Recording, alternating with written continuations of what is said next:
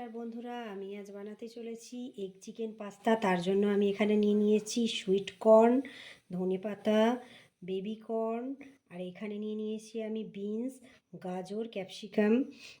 এখানে নিয়েছি ফুলকপি, টমেটো সস, নিয়ে পেঁয়াজ পাতা, পেঁয়াজ, রসুন কুচি, আদা কুচি আর দুটো ডিম। আর নিয়েছি চিকেন, যেটা আমি আগের থেকে লেবু আর গোলমরিচ গুঁড়ো দিয়ে ম্যারিনেট করে রেখেছি। ম্যারিনেট করা চিকেনটা ভেজে নিচ্ছি। এটার মধ্যে আমি একটু নুন দিয়ে দিচ্ছি, দিয়ে ডিমটা আমি ভেজে নিচ্ছি।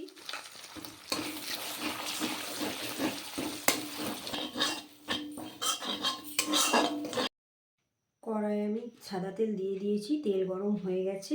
এরপর এর মধ্যে আমি দিয়ে দিচ্ছি একে একে রসুন কুচি,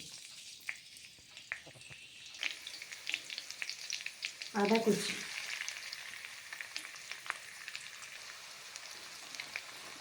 পেঁয়াজ কুচি,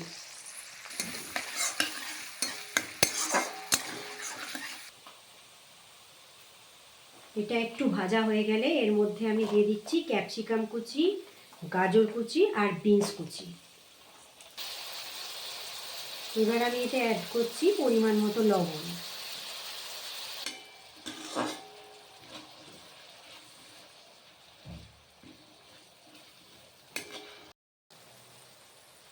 এখন আমি এর মধ্যে দিয়ে দিচ্ছি আগের থেকে সিদ্ধ করে জল ঝরিয়ে রাখা ফুলকপিটা।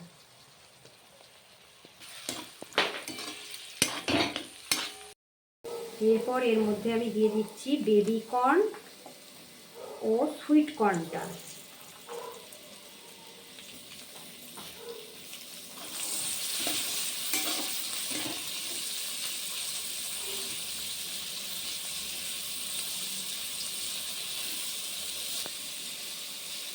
এর মধ্যে দিয়ে দিলাম পেঁয়াজ পাতা কুচি।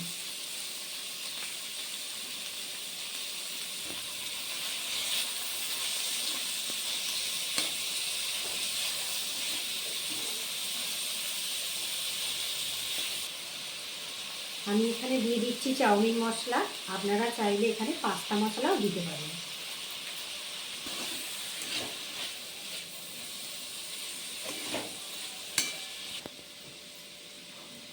এরপর আমি অ্যাড করছি টমেটো সস।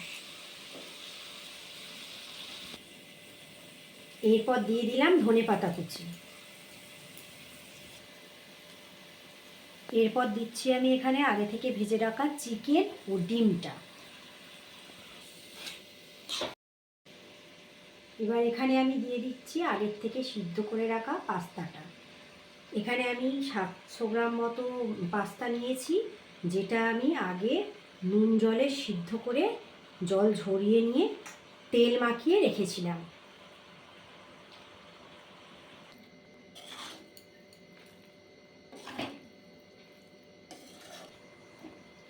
ব্যাস বন্ধুরা, রেডি হয়ে গেছে আমাদের এগ চিকেন পাস্তা।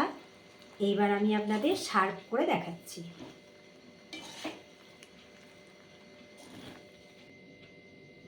এখানে আমি গার্নিশিংয়ের জন্য ব্যবহার করেছি পেঁয়াজ পাতা কুচি ও ধনেপাতা কুচি।